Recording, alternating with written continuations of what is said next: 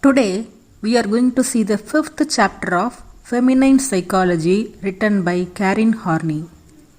Premenstrual tension is the title of the fifth chapter of the book Feminine Psychology.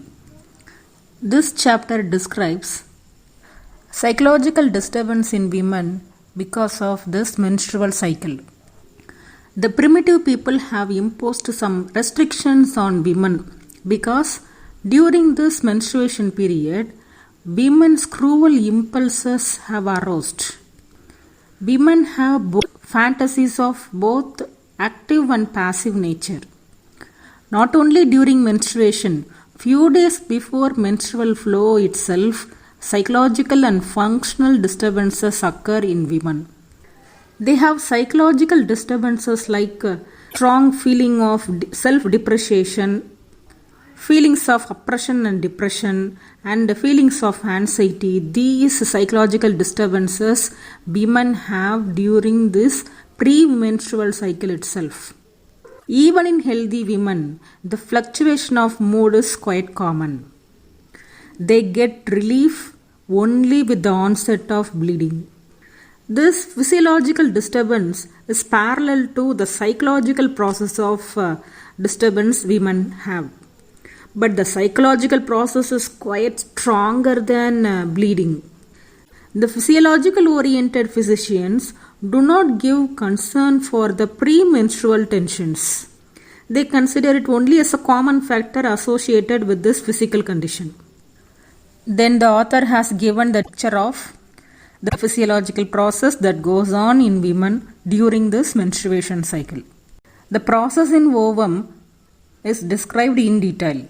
It narrates how the ovum remains ready to be fertilized.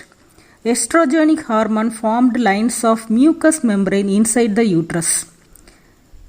If no fertilization takes place, the superficial layers of mucosa are cast off, and the substances for the growth of embryo are expelled. The dead ovum is also flushed out in the subsequent bleeding. Then the regeneration of mucous membrane begins. The estrogenic hormone acts upon the rest of genitalia and the breasts. It changes blood pressure, metabolism, and temperature. This process is actually the biological preparation for the process of procreation. This knowledge of biological events does not give information about psychological processes which occur parallel to the physical events. There is an increase in sexual libido. This parallel can be clearly observed in animals. It is named as estrogen. The well-known researcher Havelock Ellis assumed that there is an increase in libido in the human female. But because of cultural restriction, they have to master it within themselves. There is undisturbed psychosexual development in women. If their love life gets fulfillment during periods, they do not have menstrual disturbances. If they do not get it, there is external frustration. They get menstrual disturbances also. It is going to be analyzed on the cases of women not taking frustration seriously, reacting with rage, react with rage to outside world, and who return it against themselves. There are serious symptoms and complicated mechanisms in women. We get the impression that they could maintain balance though they suffer and lose vitality. But when libido, the balance is lost. Regressive phenomena occur.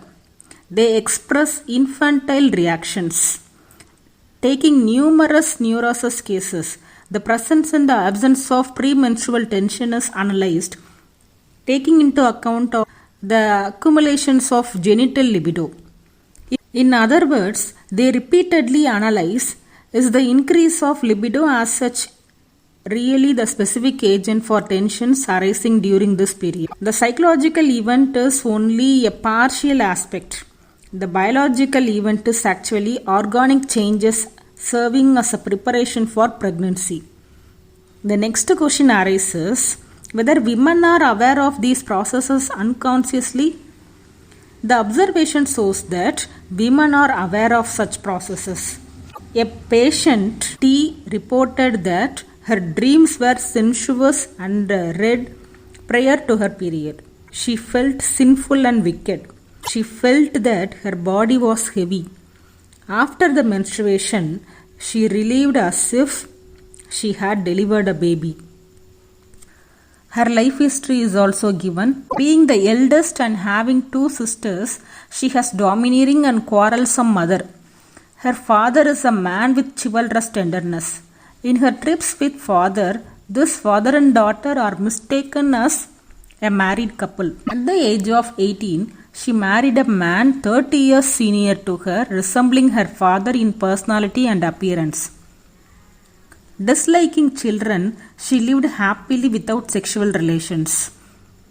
Gradually, she disliked her marital and life situations. So, her attitude toward children also underwent a change. After becoming a teacher in nursery school, she longs to have a child. But in her uterus, she developed fibroids and had to undergo a hysterectomy. She repressed her wish for a child. This wish for a child turned into anxiety. The possibility of having a child is remote, and so it leads to psychic equilibrium. Dreams preceding menstruation reveal this conflict. Coincidence with dreams are to be tested more. She had the fear of the sex act, infant care, fear of dying during childbirth prevented her desire for a child. Number of women experience unconscious conflict which get expressed in morning sickness, weakness of labor contractions, overprotectiveness towards their children. When women couldn't get the fulfillment in having the child, these tensions may occur. But even with women with developed motherliness and women with satisfying sexual relations, there were disturbing premenstrual tensions. Libidal increase is also one of the reasons in creating premenstrual tensions, but it is not the specific agent. The onset of bleeding terminates the fantasies of pregnancy. As the patient T has said, now the child has arrived. Some women feel at the onset of her period, God has accepted to sacrifice. So, relief of tension comes in various forms to women, such as bleeding or on the relaxing of the superego.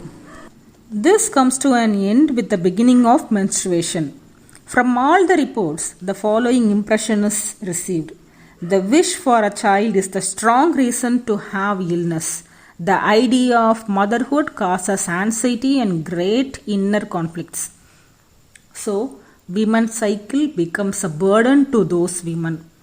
Freud believed that wish for a child belongs to ego psychology. It is a secondary act.